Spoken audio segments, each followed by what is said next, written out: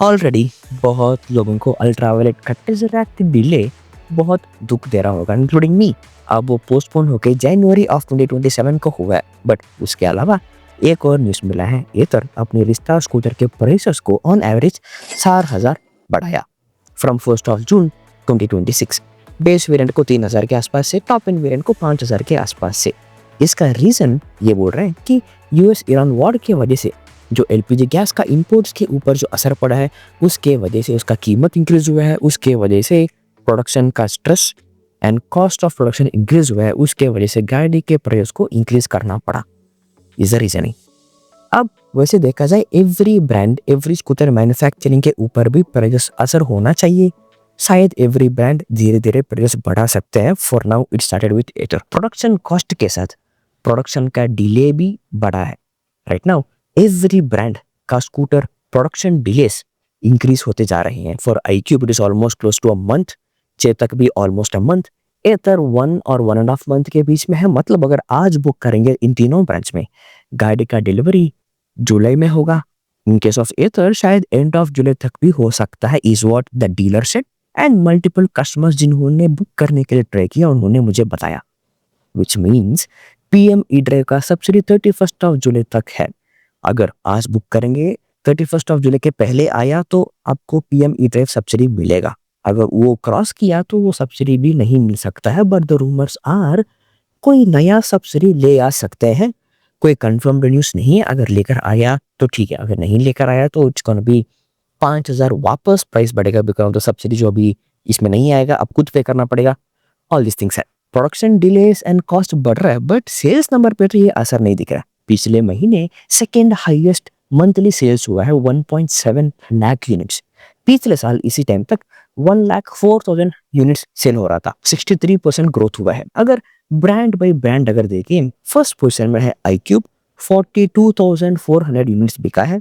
ये पिछले 6 महीने से कंसिस्टेंटली ग्रो होते आ रहा है। इन जनवरी फरवरी 35 एंड 30,000 के आसपास सेल्स हो रहा था, वहां से नाउ 42,000। इनके newly launch iQube S with a larger battery pack 4.7 kilowatt वाला, that battery pack at that price of 1.5 lakh कोई गाड़ी ऑफर नहीं कर रहा है। सो डेफिनेटली वो भी इनके सेल नंबर को डेफिनेटली पुश किया होगा। एंड सेकंड पोजीशन में है चेतक विद 39,000 यूनिट्स।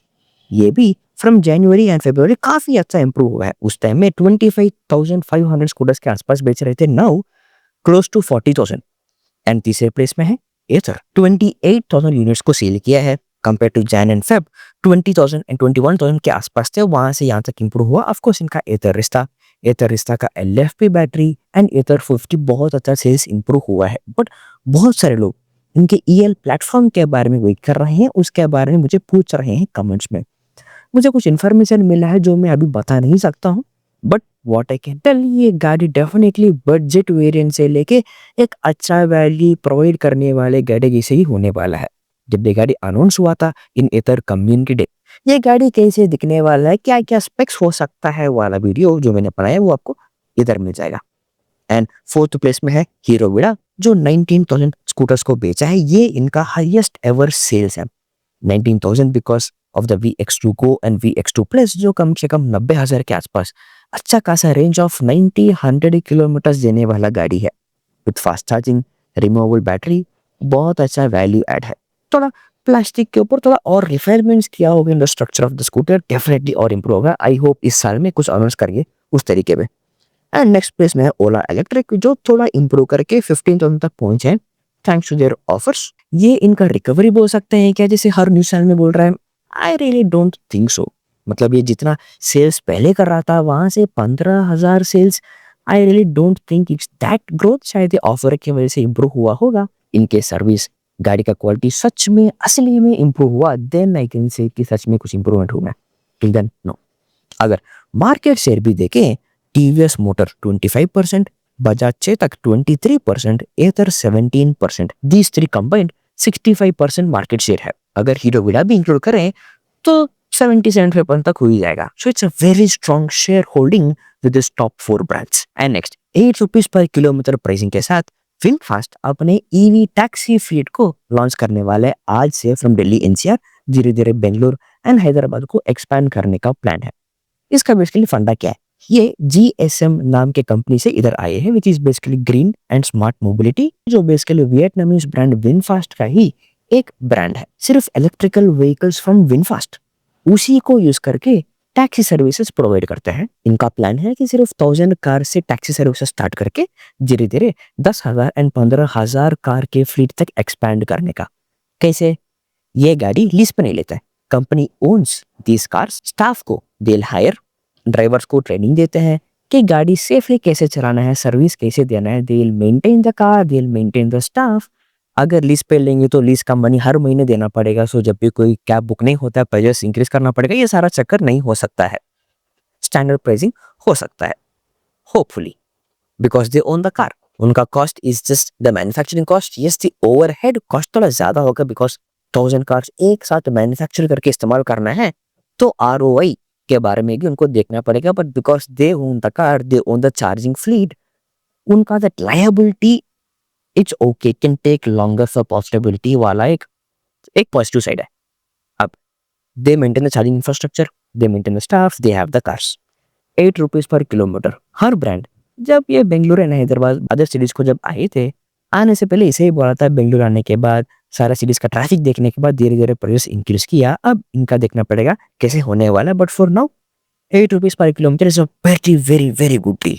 स्ट्रैटेजी ये है जैसे कि उनको हाई विजिबिलिटी फ्लीट ऑपरेशंस चाहिए, जो एक अच्छा ब्रांड अवेयरनेस क्रिएट करेगा फॉर द विनफास्ट, ताकि उनके रिटेल सेल्स को भी पुश करें। ये करने के लिए उन्होंने स्मार्टली गाड़ी का कलर एंड गाड़ी का लुक्स को थोड़ा मॉडिफाई किया, क्योंकि एक टैक्सी कार वाला एक परसेप्शन होता है। आपको याद है जब टाटा इंडिका आ रहा था, टैक्सी फ्लीट के लिए इस्तेमाल करना स्टार्ट किया, धीरे धीरे रिटेल कस्टमर्स को ऐसा एक फीलिंग आना स्टार्ट हुआ कि हमें टैक्सी कार क्यों लेना है, वो छोड़ के अलग कार लेते हैं। सो टैक्सी फ्लीट में यूज किए वाले कार को हमें नहीं लेना है वाला एक परसेप्शन है, बिकॉज एस्पिरेशनल फील इसमें निकल जाएगा। उसके लिए जो टैक्सी फ्लीट के लिए इस्तेमाल करने वाला उसको थोड़ा मॉडिफाई किया ताकि वो रिटेल कार जैसा नहीं दिखे and aspirational value in retail वैसे ही रहे, कैब का फ्लीट थोड़ा अलग फील हो। Smart move, interesting move. अभी देखना पड़ेगा ये कैसे काम आने वाला है। इन द फ्यू डेज अब इस्तेमाल करना स्टार्ट होगा। ये है the news for this week. इसके अलावा मल्टीपल न्यूज इंफॉर्मेशन है। फॉर एग्जांपल अल्ट्रावायलेट का टेस्ट क्यों डिले हुआ, एक डिटेल वीडियो चाहिए तो कमेंट्स में आप बता देना। एंड उसके साथ important point, EC6 from Yamaha, उस गाड़ी को मैंने रिसेंटली चलाया है।